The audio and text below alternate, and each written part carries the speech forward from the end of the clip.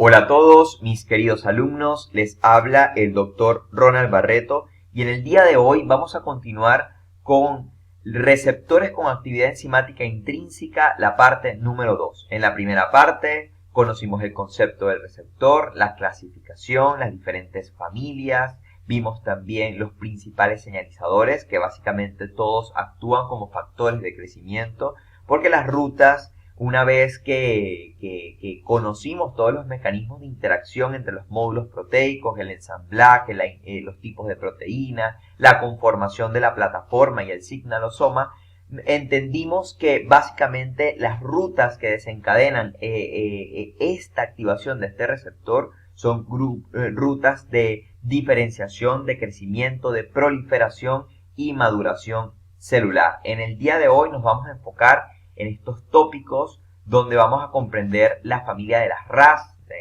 Es una especie de proteína G pequeña donde vamos a ver que tiene cierta similitud con la proteína G.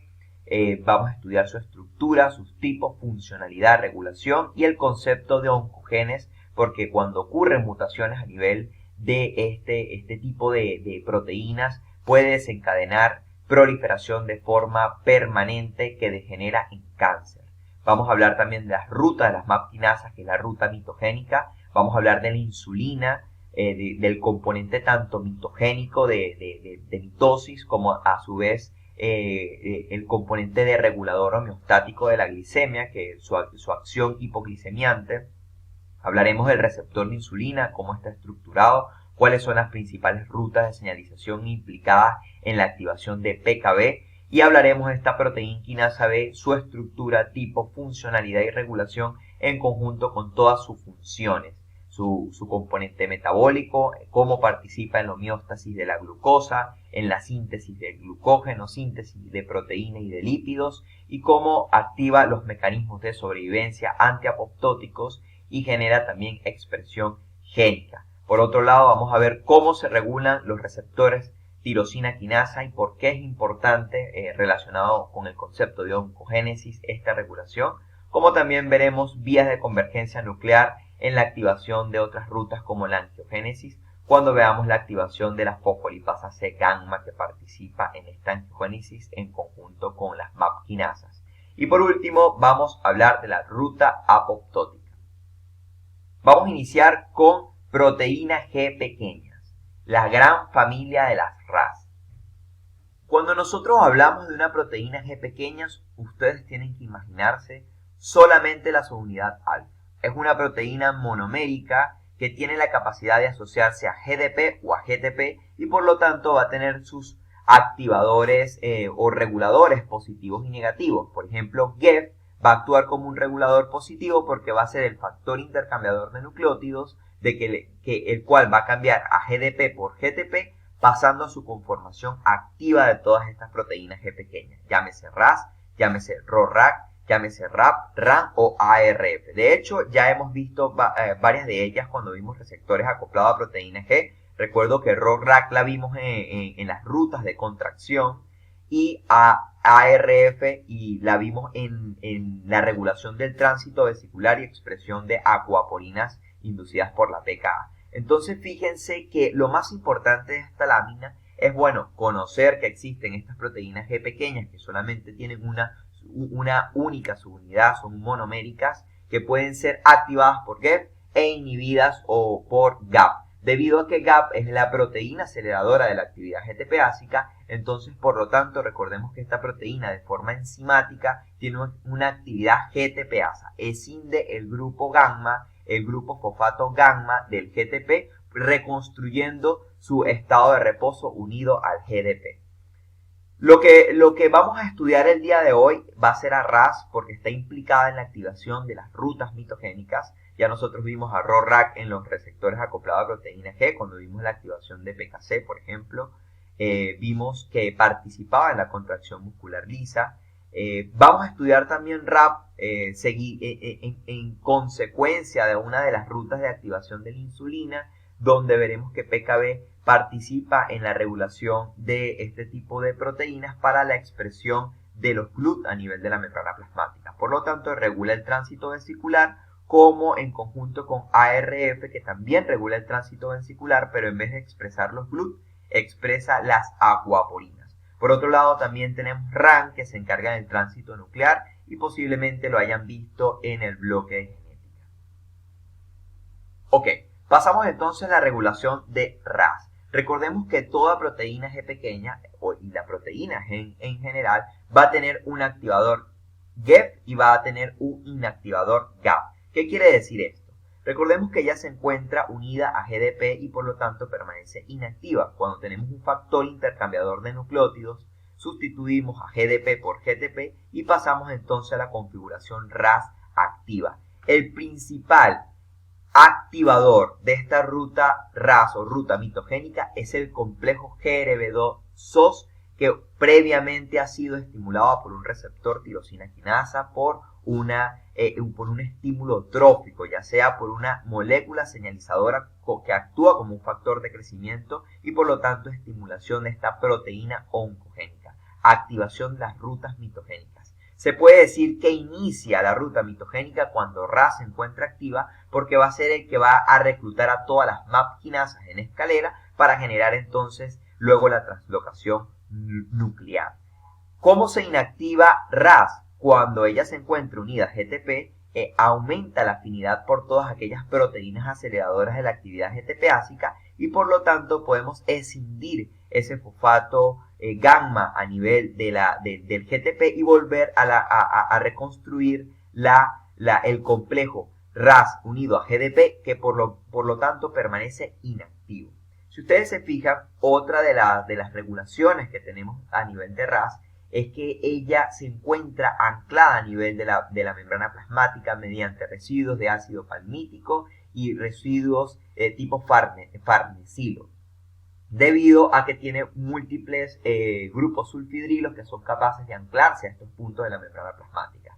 Fíjense su estructura monomérica y su estrecha regulación entre estos elementos, anclaje lipídico, activación de GEP, activación de GAP, son sumamente necesarios porque recordemos que estamos en presencia de una oncoproteína, una proteína con un potencial oncogénico capaz de generar rutas mitogénicas de forma perenne. Entonces, su regulación debe ser estrecha. De hecho, todos los cánceres avanzados presentan mutaciones en RAS. Este es un dato curioso que lo podemos conocer. Fíjense entonces cómo va a ser esta actividad GTP-ácica de esta proteína. Entonces ya nosotros conocemos esta estructura, esta imagen la compartimos también la discutimos también en los receptores acoplados a proteína G, pero vamos a repasar rápidamente. ¿Cómo se genera la ruptura de este fosfato gamma? Básicamente por los switches y este dominio básicamente que actúa como una tijera que se encuentra a nivel de esta estructura, que forma dos switches entre el switch número 1, trionina 35, y el switch número 2, que es la glicina 60. Entonces estos dos switches básicamente lo que van a generar es un complejo tenso con el grupo fosfato gamma a nivel del GTP. Fíjense donde se está uniendo el GTP. Entonces en cualquier momento esa tensión se va a romper mediante la hidrólisis de ese GTP, de ese fosfato gamma, para entonces liberar el fosfato y mantener una estructura, pasar a una conformación inactiva en reposo. ¿Qué pasa? ¿Por qué es importante hablar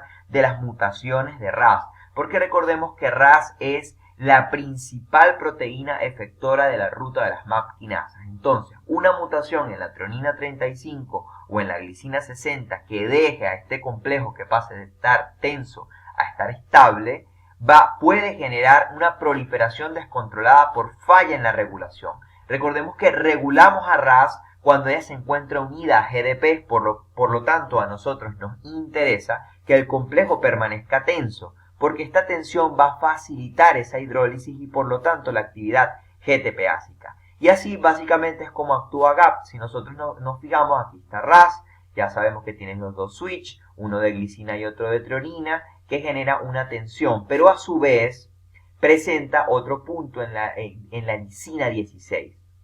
Recordemos que lisina es un aminoácido polar cargado positivamente. Entonces, ¿qué va a ocurrir? Que cuando viene GAP, la intención de proteína aceleradora de la actividad GTP-ácica es porque hace aún más tensa e inestable esta unión a GTP debido a que realiza un ataque nucleofílico por medio de la atracción que realiza la arginina, esta molécula, esta proteína, este residuo cargado positivamente sobre el fosfato, facilitando así la ruptura de ese fosfato gamma. Entonces, fíjense que ese complejo tenso es necesario. De hecho, cuando hay también mutaciones en la arginina 789, genera que aumente el tiempo de vida de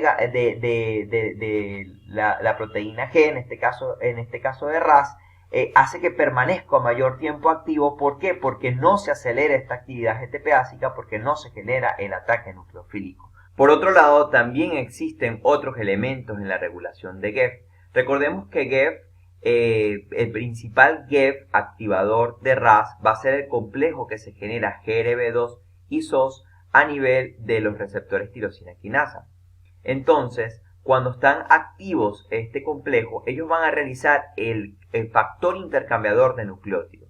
Aquí observamos nuevamente la estructura con estos switches. Fíjense cómo GEF genera esa apertura de los switches para poder intercambiar el grupo de guanosina, y en este caso fíjense cómo está unido a GDP. Y la unión entre la proteína G, en este caso RAS, unida a GDP es un complejo estable. Y esto tiene sentido, muchachos. Fíjense que la forma en la que nuestro organismo, nuestros sistemas transductores regulan el sistema es generando un complejo estable de la asociación entre la proteína G unida a GDP, y por otro lado un complejo tenso entre la asociación de GTP unido a la proteína G. ¿Por qué? Porque así vamos a garantizar que se permanezca en un estado inactivo, en un estado de reposo, en un estado no mitogénico.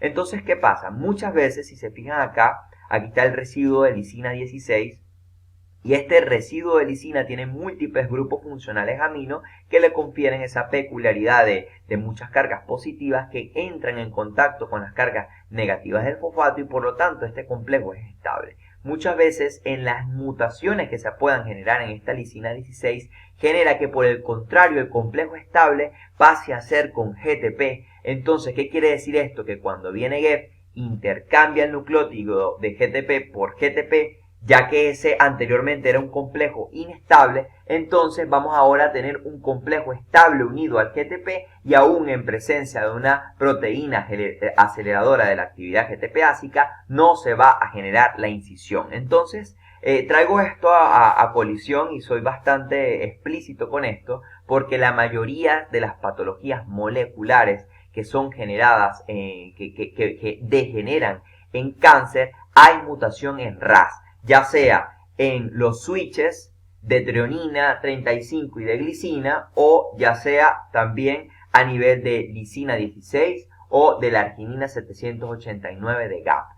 Pasamos ahora a describir en profundidad la ruta de las MAP quinasas. Fíjense acá que lo primero que va a ocurrir es la activación del receptor y el proceso de transfosforilación que lo vimos en las clases anteriores. El estímulo que activa el receptor pueden ser citoquinas, integrinas, cualquier factor de crecimiento que vaya a generar procesos de proliferación, mitosis y crecimiento celular. Entonces, ¿qué va a ocurrir? Va a ocurrir una activación de la plataforma de señalización. Inicialmente, posterior al proceso de transfosforilación, si se fijan acá por medio de los dominios PTB, se reconoce ese punto de fosfotirosina anclado al receptor. En este caso es reconocido por esta proteína acopladora SHC.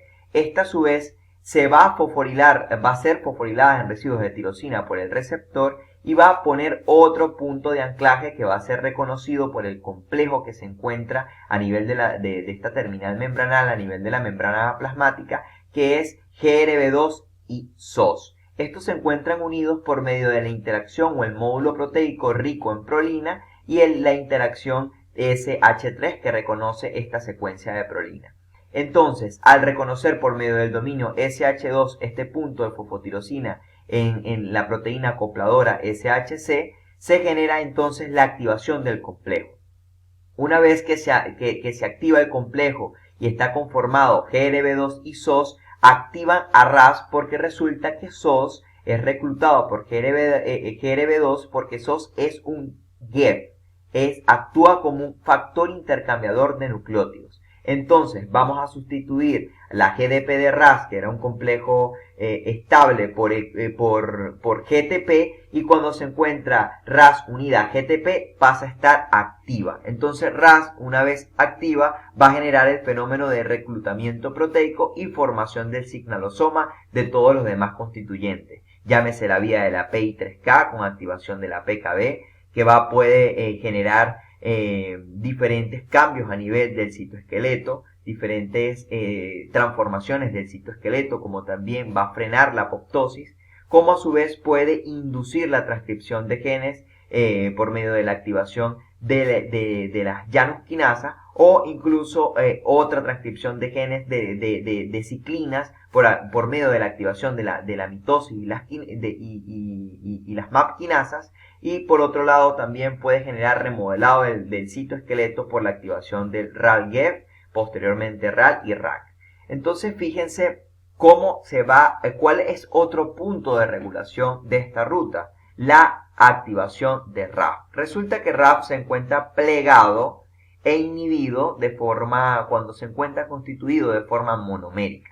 Fíjense acá que tiene su dominio quinasa solapado por este dominio autoinhibitorio y también ocluye el sitio activo, tanto el asa catalítica quinasa como a su vez su sitio activo. Una vez que se encuentra RAS unido a GTP, genera entonces que se despliegue este dímero 1433 que está generando que el complejo permanezca plegado, y por lo tanto una vez que se disocia el dímero 1433 se despliega RAF, se ancla la membrana plasmática en conjunto con RAS unido a GTP y dimeriza, forma un homodímero en conjunto con otro RAF. Por eso se habla que incluso RAF actúa como un receptor quinasa no soluble, ya que este se encuentra a nivel citosólico inactivo, y una vez que reconoce a RAS a nivel de la membrana plasmática, dimeriza, conforma un homodímero, expone el sitio catalítico, expone el asa de activación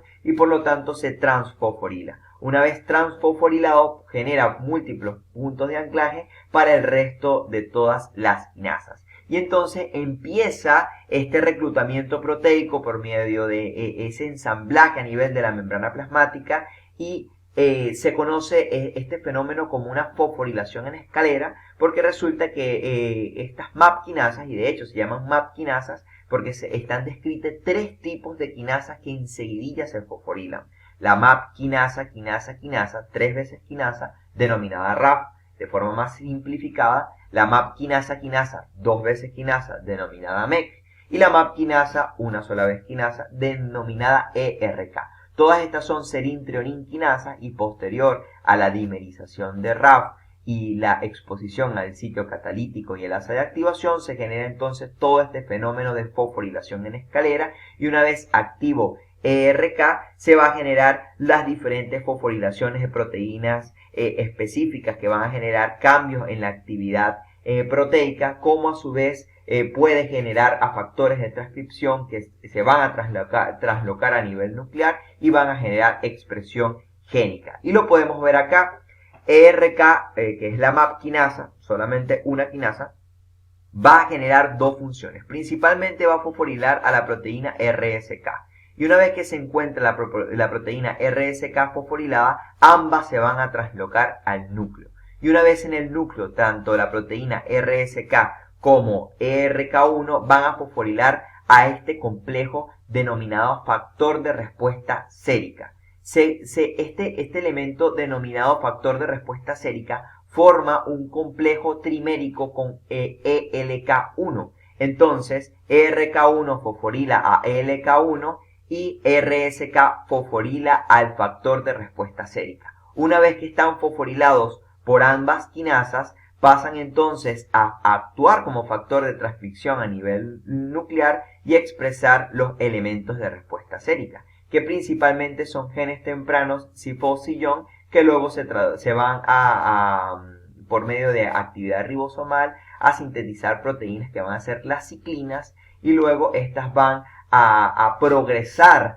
el ciclo celular desde la fase 1, G1, que generó, por así decirlo, como un fenómeno se genera en la fase G1, se genera como el doctor Bonfante lo hablaba, son como policías acostados. Se generan en diferentes transiciones del ciclo celular, se van a generar bloqueos o paradas, frenadas, para ver si todo el material genético está bien. Yo creo que ustedes lo vieron en el bloque de genética, para ver si todo el material genético está bien y poder progresar a la siguiente fase, por ejemplo en este caso de síntesis, que es la fase S1. Entonces esta progresión la realizan las ciclinas, y posteriormente con la expresión de las ciclinas y progresión del ciclo celular se van a generar entonces los genes tardíos. Entonces fíjense, les traigo esta última imagen donde podemos ver que, por ejemplo, en este tipo de receptor, que es el receptor de factor de crecimiento epidérmico o endotelial, va a generar una activación de esta cascada de señalización de la ruta de las MAP quinasas, que va a finalizar en la activación de ERK1, que es la MAP quinasa, una sola quinasa, y este es un potente regulador de la actividad nuclear, ya que a nivel del núcleo va a expresar los genes MYC, los genes P62, los genes ELK1, que en conjunto con FRS generó la expresión del elemento de respuesta sérica, y también los genes CIFO-SILLON en la expresión de las ciclinas. Entonces podemos ver como en este ciclo celular, posterior a la activación de los factores de crecimiento, la cascada mitogénica, la fosforilación de todos esos elementos que generan translocación nuclear, se genera entonces una expresión de ciclinas, una actividad del factor de transcripción E2F, y por lo tanto inicia todo el proceso de síntesis y activación enzimático de aquellos elementos que van a progresar desde la fase G1 a la fase S de síntesis, para empezar a replicar, a duplicar el material genético, a iniciar el proceso de síntesis proteica, porque recordemos que la célula se va, luego cuando entre en la fase M, va a dividirse por completo, tanto el componente genético como organelas, como citoplasma, como densidad y volumen celular, todo va a dividirse por igual. Entonces básicamente todo este proceso de progresión, que realmente lo generó la expresión de las ciclinas por estimulación de la cascada mitogénica. Y por eso es que ahora sí podemos denominar con propiedad que mitogénica tiene que ver con mitosis, porque progresamos el ciclo celular. Pasamos ahora a hablar de insulina y las diferentes rutas de señalización que ella es capaz de activar.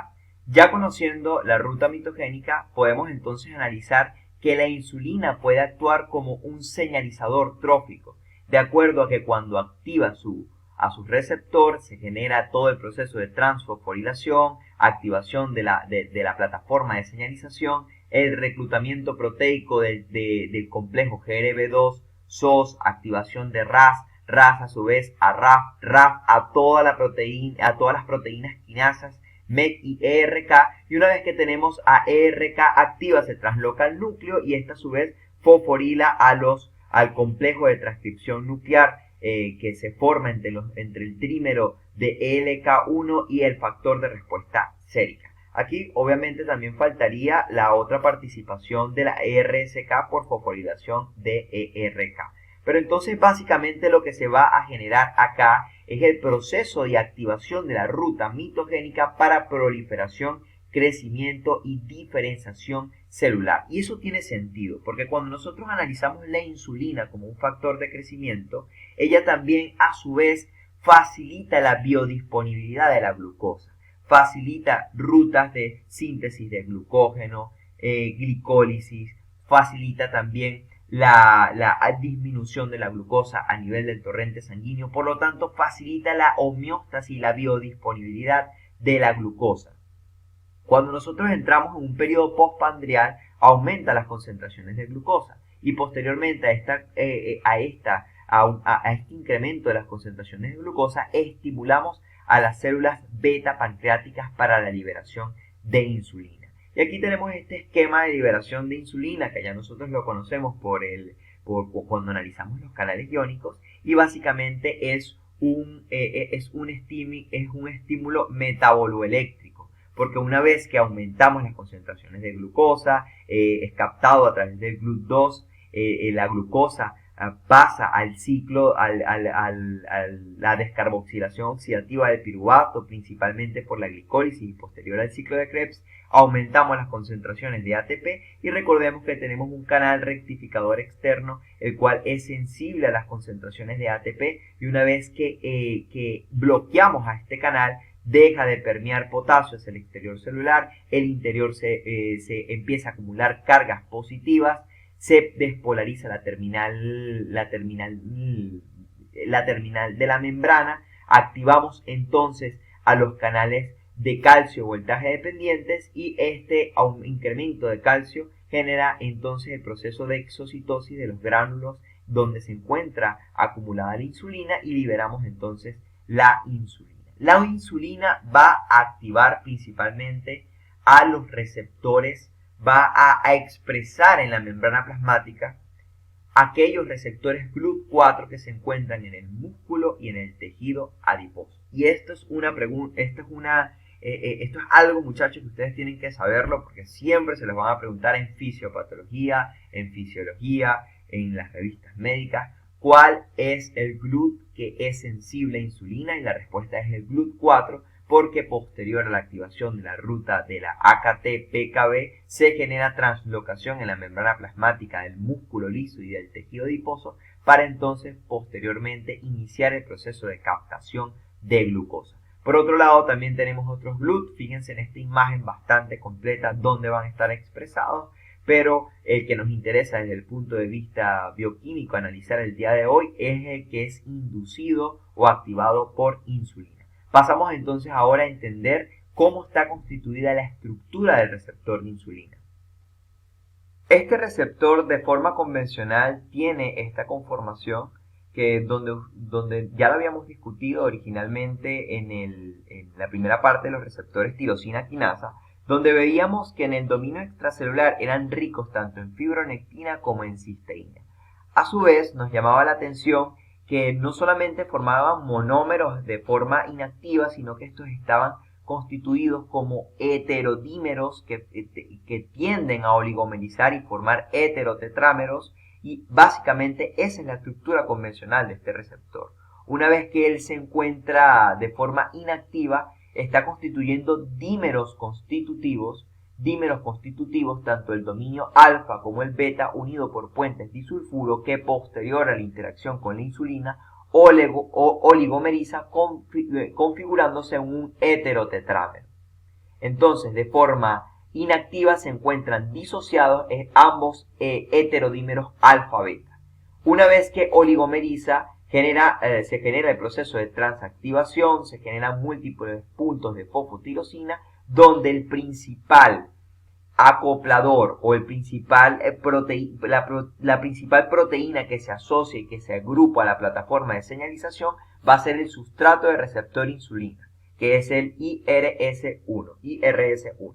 Y este, posteriormente al ensamblaje proteico, aguas abajo, se va a generar entonces las diferentes funciones de la ruta, que básicamente serán crecimiento y expresión de genes, síntesis de glucosa, síntesis de lípidos, síntesis de proteína, transporte y translocación de los diferentes GLUT hacia la membrana plasmática de los tejidos sensibles, muscular y adiposo, y por lo tanto la biodisponibilidad de glucosa intracelular.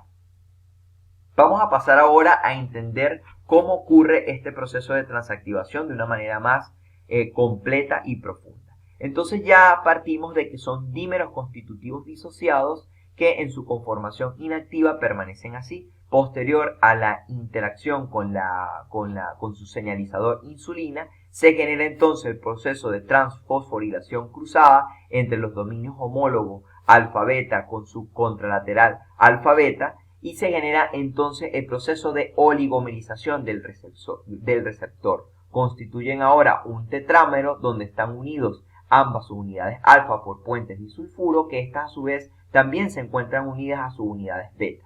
Si se fijan, la subunidad beta tiene un dominio extracelular que le permite unirse al dominio de interacción con el ligando representado como la subunidad alfa, tiene a su vez un dominio transmembrana y en su porción citosólica tienen el dominio catalítico donde ocurre el proceso de transfosforilación y reclutamiento proteico.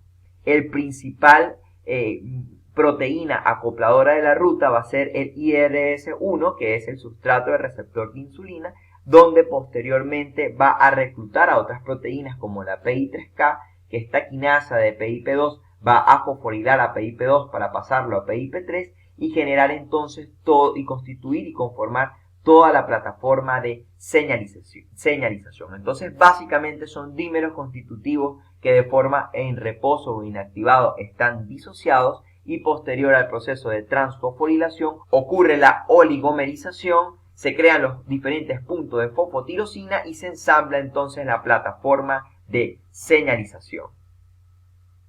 Cuando nosotros hablamos de la insulina tenemos que imaginarnos dos ramas. Las ramas de señalización de la insulina parten de una rama metabólica y de una rama mitogénica. En la rama mitogénica ya conocíamos que había la estimulación de todos estos complejos, como por ejemplo el acoplamiento de SHC, luego el reclutamiento del complejo GRB2-SOS, y luego SOS actuaba como un intercambiador de nucleótidos que activaba a RAS, y luego RAS a todas las MAP quinasas que finalizaban en la expresión de genes, en el crecimiento, diferenciación, proliferación y desarrollo celular. Por otro lado tenemos la rama metabólica, que en esta rama metabólica el principal molécula o principal proteína acopladora es el sustrato receptor de insulina, el cual se asocia a PI3K, PI3K fosforila PIP2 pasándolo a PIP3 y PIP3 permite la translocación y la activación de AKT, que es la misma proteína quinasa B, con todas las funciones que va a traer aguas abajo en el incremento de la actividad de la óxido nítrico sintetasa, en la antiapoptosis, porque resulta que PKB va a fosforilar a todos aquellos elementos proapoptóticos para inhibirlos, entonces se considera que PKB es una proteína antiapoptótica. Por otro lado, aumentamos la síntesis de proteínas, síntesis de glucógeno, internalización y biodisponibilidad intracelular de la glucosa, como a su vez frenamos la antilipólisis. Se puede decir entonces que garantizamos metabólicamente la síntesis de los tres principales precursores energéticos, tanto lípidos como proteínas como glucógeno. Y esto tiene sentido cuando yo les decía de que la ruta mitogénica se sustenta por una ruta metabólica, porque la implicación funcional metabólica genera que entonces, ante un incremento de este crecimiento celular, se garanticen los sustratos energéticos y la sobrevivencia.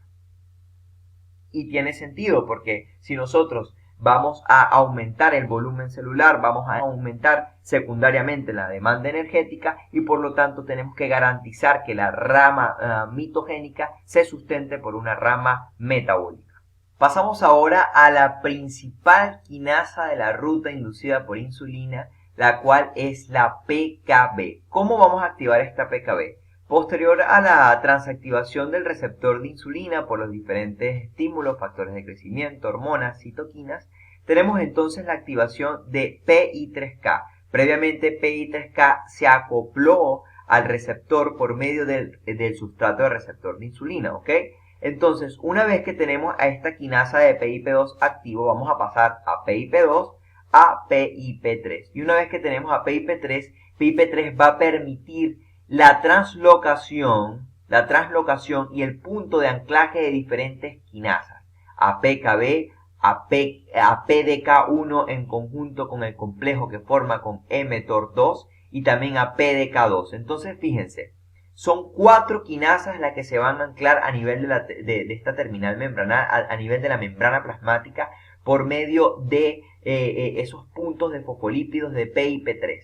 Va a ser PKB, que es la misma AKT, el complejo PDK1 mTOR2 y la PDK2. Entonces, ¿qué pasa? El AKT PKB se encuentra a nivel citosólico y se encuentra inactivado. Una vez que se trasloca necesita 2 fosforilaciones, uno por el complejo PDK1 mTOR2 y otro por la PDK2. Una vez que es fosforilada en estos dos residuos de serina y de tronina, pasa entonces a estar activa y a realizar acción de serina y de serin-treoninquinasa para fosforilar a todos sus targets, a todas sus proteínas diana específicas y generar diferentes funciones en la transcripción de genes, remodelado del citoesqueleto, angiogénesis, todas sus funciones metabólicas, proliferación y sobrevivencia celular. ¿Cuál es la regulación de la PKB? Básicamente por 4 elementos. O las fosfatasas, si las fosfatasas escinden los grupos de serina y de tronina que han sido fosforilados previamente por estos complejos quinasas, entonces vamos a volver a pasar a su conformación citosólica inactiva y por lo tanto se disocia de la membrana plasmática y pasa a estar inactiva. Si por otro lado PTEN y CHIP lo que generan es que pasan PIP3, ellas también son hidrolasas, son fosfohidrolasas, pero no van a ser directamente de PKB, sino que la van a frenar de forma indirecta porque van a hidrolizar y por lo tanto a escindir los grupos fosfatos de PIP3 y pasarlo nuevamente a PIP2.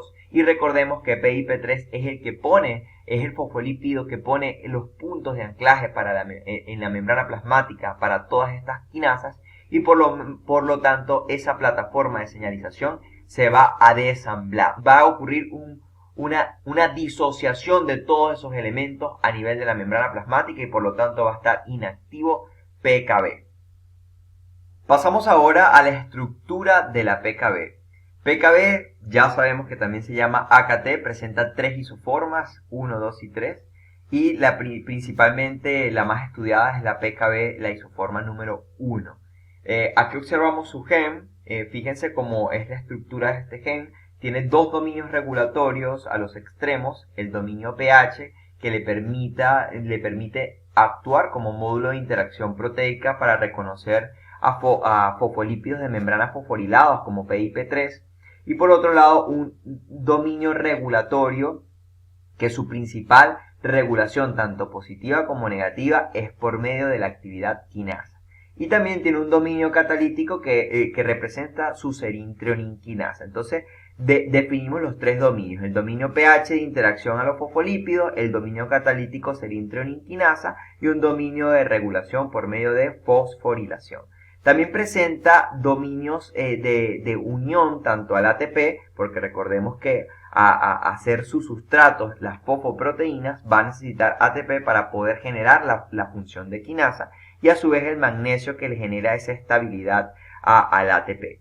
Por otro lado, se puede traslocar a la membrana plasmática reconociendo los puntos de pH3 previo fosforilación por PI3K. Recordemos que PI3K pasa PIP2 a PIP3 y una vez estos PIP3 a nivel de la membrana plasmática va a ser reconocido por este módulo de interacción. Por eso es que se trasloca a la membrana plasmática. Y por último va a tener entonces una regulación positiva por medio de fosforilación y de hecho es su activación cuando es fosforilada por residuos de serina y de tronina, ya sea por complejo PDK1 mTOR2 en conjunto también con PDK2. Entonces fíjense cómo tenemos esta subunidad, esta proteína que presenta 3 subunidades principales, un grupo amino terminal, un grupo carboxilo terminal con los residuos de fosforilación y un grupo y una subunidad que representa el módulo de interacción pH. Posterior a la fosforilación por el complejo PDK1 mTOR2 en conjunto con los reguladores alostéricos, se despliega la proteína presentando entonces el loop o asa de activación, generando así la conformación desplegada y activa de la PKB.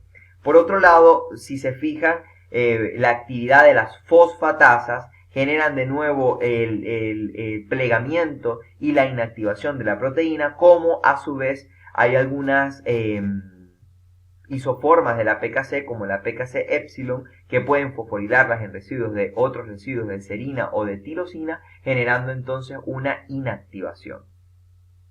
¿Cuáles van a ser las funciones de la PKB? Son diversas. Analizando en este esquema, vemos por un lado la rama mitogénica y por este lado la rama metabólica. Y esta rama metabólica está básicamente representada por la PKB. Cuando se oligomeriza el receptor, Posterior a la interacción con la insulina, se reclutan las principales proteínas acopladoras de la ruta, el IRS1 y la PI3K.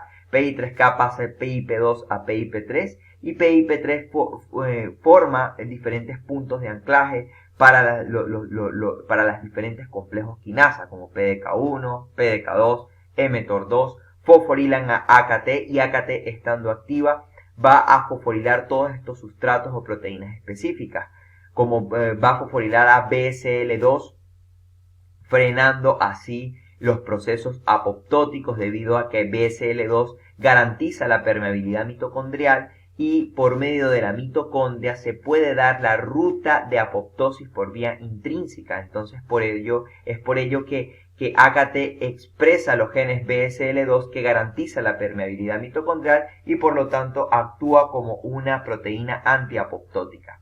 También a su vez pueden frenar a GAP, que que es un GAP AS160, genera que se acelere la actividad GTP ácica de la proteína RAP y por lo tanto inhibe a RAP, mientras que RAP es la proteína que se encarga del tránsito vesicular y la expresión de los transportadores GLUT a nivel de la membrana plasmática.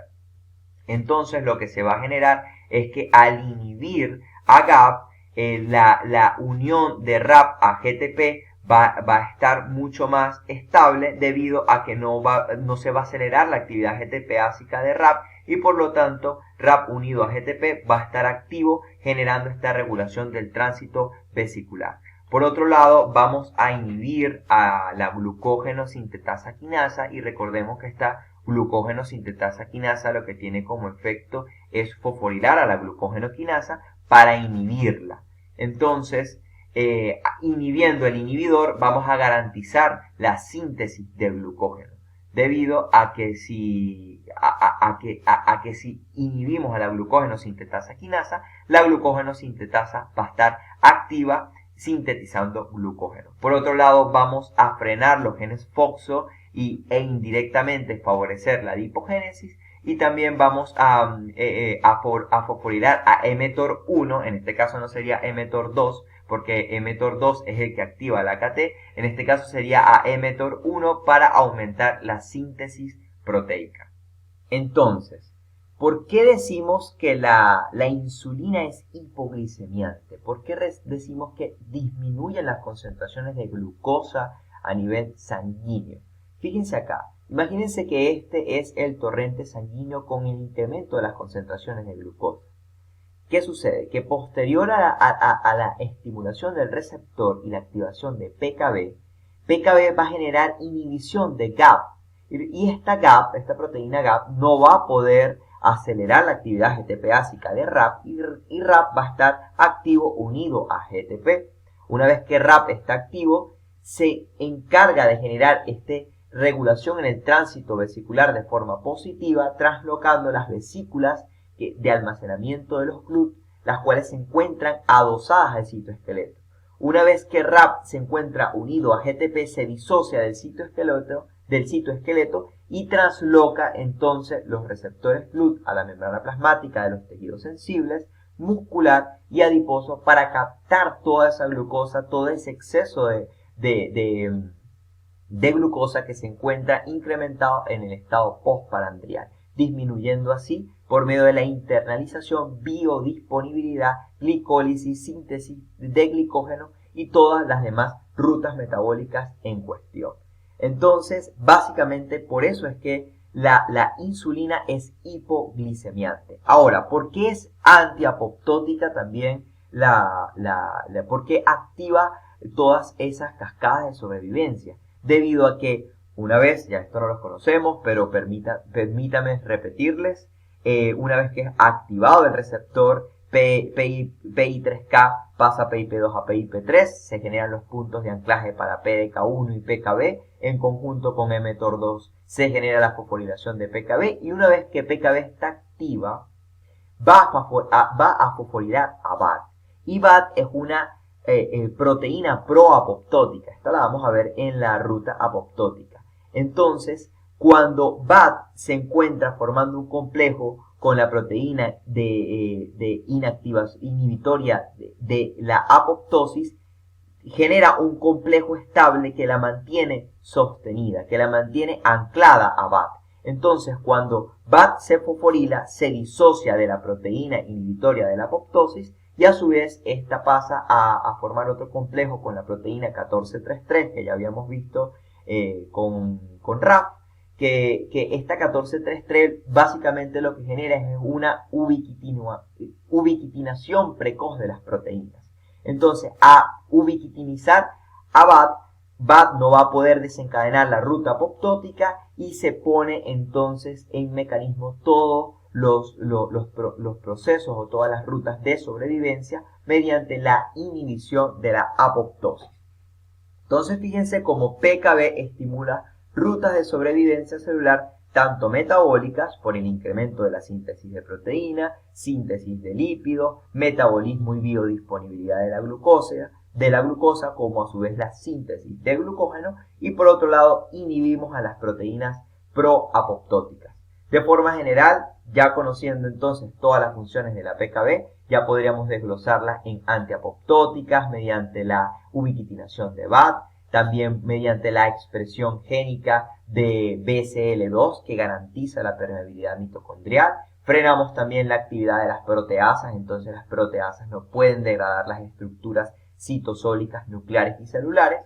Frenamos la fosforilación de la glucógeno sintetasa quinasa sobre la glucógeno sintetasa y por lo tanto garantizamos la formación de glucógeno, garantizamos también la síntesis de proteínas y a su vez la proliferación celular por la expresión de los genes MYC. Entonces ya este sería de resumen, ya creo que lo he repetido bastantes veces. Simplemente ustedes pueden crear estas fórmulas para estudiar las diferentes proteínas quinasas y ya sabemos que estas van a generarse una translocación a nivel de la membrana, se va a fosforilar y una vez fosforilada va a generar todas estas rutas, tanto fosforilación de proteínas apoptóticas, frenando la apoptosis, las enzimas metabólicas, las proteínas de membrana y el citoesqueleto como RAC, las proteínas vesiculares como RAP, los factores de transcripción MYC y también las diversas proteínas reguladoras. Ahora bien, ¿cómo regulamos todos estos procesos desde el punto de vista del receptor? ¿Cómo nosotros solapamos la actividad del receptor tirosina quinasa? Es por medio principalmente de estos 5 mecanismos. Creando ligandos antagonistas que por lo tanto bloqueen y antagonicen el estímulo señalizador endógeno original. Por ejemplo, un factor de crecimiento, bloqueamos el receptor de ese factor de crecimiento y no se puede desencadenar la señalización. Síntesis de proteínas o monómeros mutantes sin actividad catalítica que no le permite realizar el fenómeno de transfosforilación. Fosforilación de proteínas serina-treoninquinasas como la PKA y la PKE y la PKC sobre otros residuos que no sean de residuos de tirosina, sino que sean residuos de serina y de treonina, generando entonces un proceso de desensibilización del receptor. Acción de tirosina fosfatasas que escindan los grupos fosfatos y se generen disminución de esos puntos de fosfotirosina activos y por lo tanto se desensamble toda esa plataforma de señalización y se disocian todos los componentes del signalosoma. Y por otro lado, la ubiquitinación generando entonces degradación lisosomal de todos los componentes del receptor. Fíjense entonces, tenemos acá todas las rutas de señalización, principalmente las que más nos interesa regular, son las vías de las MAP quinasas y de la AKT por toda la expresión génica que ésta conlleva. Entonces, ¿qué vamos a generar? Ligandos antagonistas que bloqueen al receptor, isoformas no catalíticas que frenen el proceso de transfosforilación. Podemos también generar, por lo menos por acción de la PKC, fosforilación en residuos de serina y de treonina generando endocitosis y la posterior desensibilización del receptor y de la señal, actividad de las tirosinas fosfatasas escindiendo los grupos fosfatos, ubiquitinación de segmentos regulatorios del receptor para así posteriormente degradarlos en la acción lisosomal.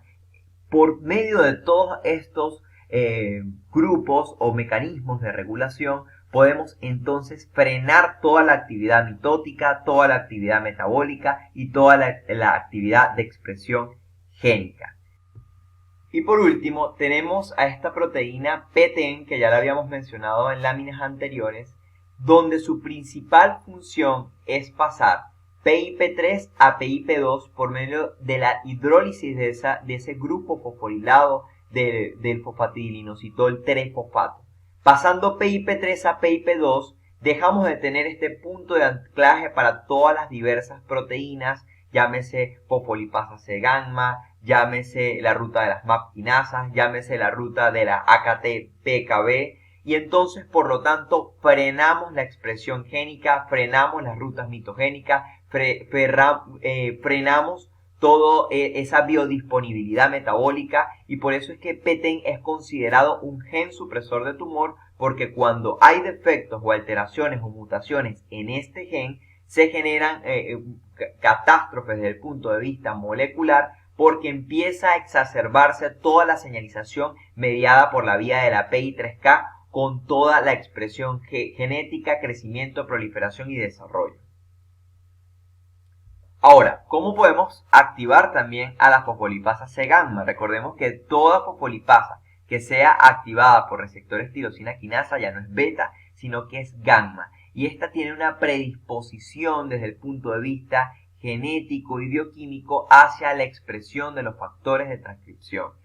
Fíjense acá, tenemos el receptor tirosina quinasa, por un lado la ruta que ya conocemos de activación de la PKB, y por este lado podemos también activar a la fosfolipasa C-gamma, que esta va a ejercer la misma función que ya conocemos, transformar a lípidos de membrana en diacilglicerol e IP3, y luego este IP3 incrementar las concentraciones de calcio citosólicos por medio de las corrientes de IP3, y luego este calcio citosólico en conjunto con diacilglicerol, activación de la PKC de tipo épsilon. Ese es el otro detalle. Los receptores tirosina quinasa, la isoforma de la fosfolipasa o el subtipo de la fosfolipasa que estimulan es la gamma, y por lo tanto la estimulación de la fosfolipasa C-gamma va a estimular la isoforma de la PKC de tipo épsilon, que también en conjunto con la fosfolipasa C-gamma tienen mayor predisposición genética hacia la expresión de factores de transcripción. Aquí observamos en esta vía de convergencia génica donde están presentes estos dos receptores, el factor de crecimiento endotelial y el factor de crecimiento endotelial vascular. Estos básicamente se conjugan para la proliferación celular y angiogénesis por dos vías que convergen a nivel nuclear. Inicialmente vamos a comenzar por acá, cuando se estimula a este receptor por medio del factor de crecimiento endotelial vascular, se va a generar la ruta de activación de la fosfolipasa C-gamma. Esta actúa a nivel de fosfolípidos de membrana. Aumentamos el diacilglicerol y las corrientes de calcio. Calcio en conjunto con diacilglicerol activa la PKC, y por otro lado también ese incremento de las concentraciones de calcio activan a la calciocalmodulina, y este complejo, recordemos que activa la calcineurina. La calcineurina es una fosfatasa que escinde el fosfato de los factores de transcripción NFAT que se encuentran fosforilados inhibidos a nivel citosólico, y cuando se desfosforilan pasan a su conformación activa, se translocan a nivel nuclear para la expresión de genes. Pero resulta que esta expresión de genes solamente se puede generar cuando entra en contacto con este receptor de crecimiento endotelial a nivel nuclear. Estos genes NFAT van a formar un complejo con este receptor de crecimiento endotelial, que básicamente va a actuar como un factor de transcripción. Entonces, para que se genere esta ruta, tiene que convergir a nivel nuclear el elemento activador de las MAP quinasas por medio de, por ejemplo, PKC es capaz de fosforilar a RAF, como a su vez la vía de activación del factor de crecimiento endotelial, cuando estimula su receptor, activa al complejo GRB2 SOS, y luego este complejo activa el factor intercambiador de nucleótidos, dejando a RAS activa unida a GTP y por lo tanto activando toda la ruta de las MAP quinasas. Una vez activa la ruta de las MAP quinasas, se fosforila el receptor de crecimiento endotelial 1 a nivel nuclear y entonces en conjunto con NFAT se expresan los genes para la generación de la proliferación celular y la angiogénesis. Y por último, les traigo la ruta apoptótica que representa el principal mecanismo de regulación de todo el crecimiento celular en nuestro cuerpo.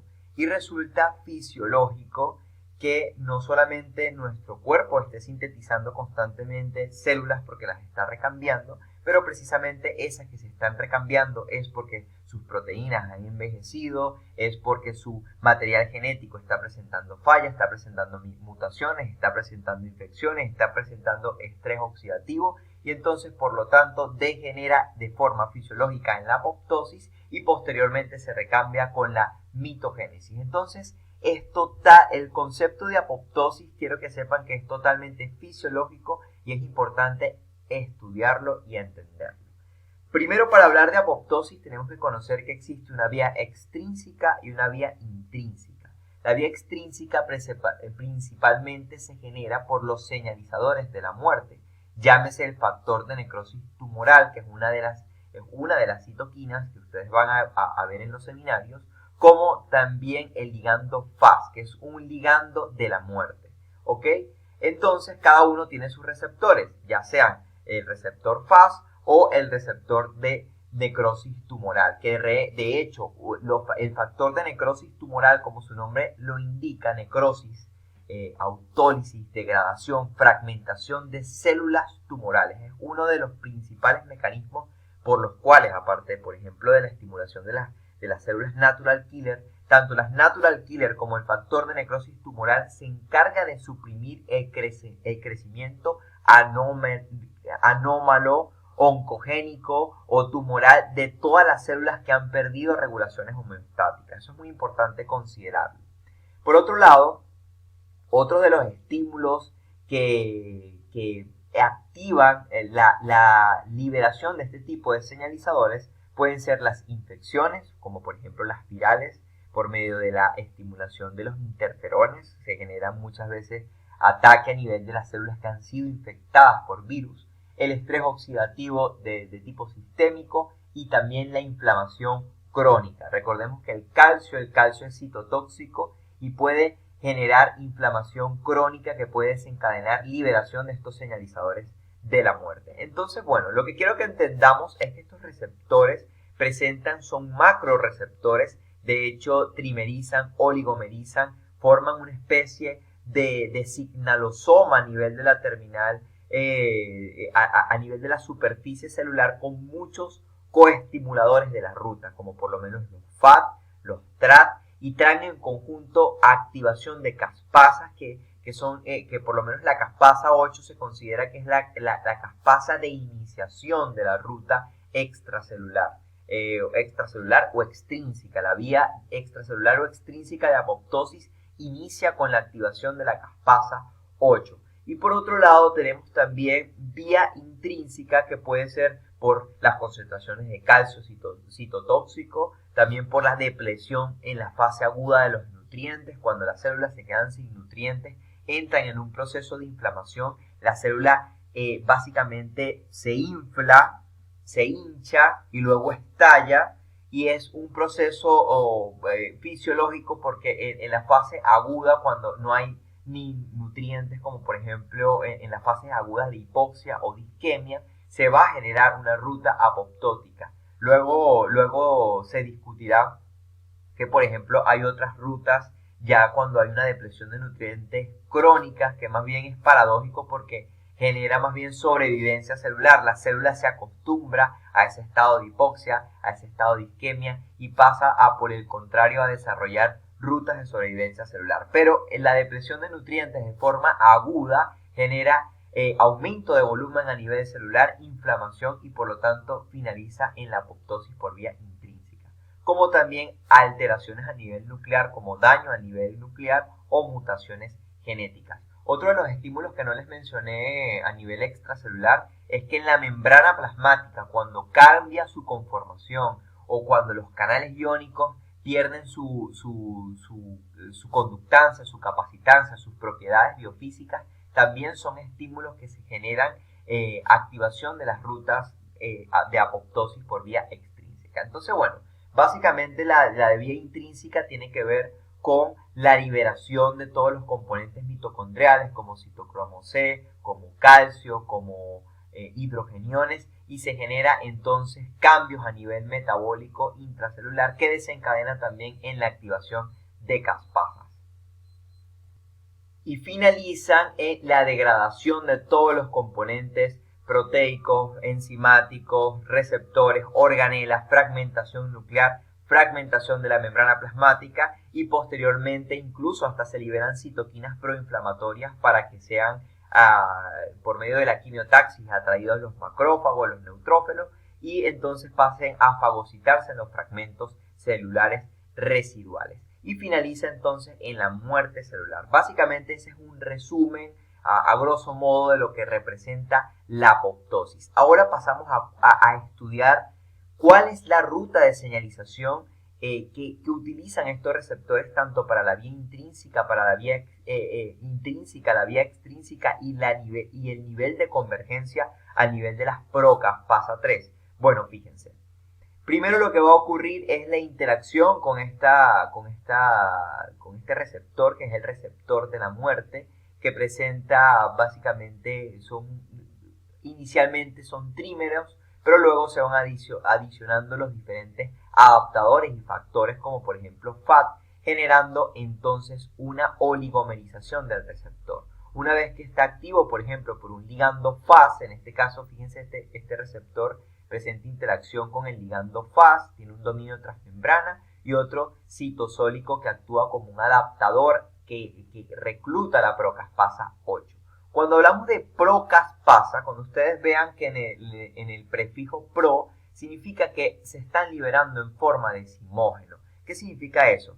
Que tiene que autoescindirse una de sus subunidades, y lo podemos ver acá en el dibujo. Fíjense como aquí está unida los fragmentos verdes con los fragmentos color amarillo, y entonces cuando está como caspasa 8, no como procaspasa, ya ocurrió la incisión y por lo tanto la activación de esa caspasa.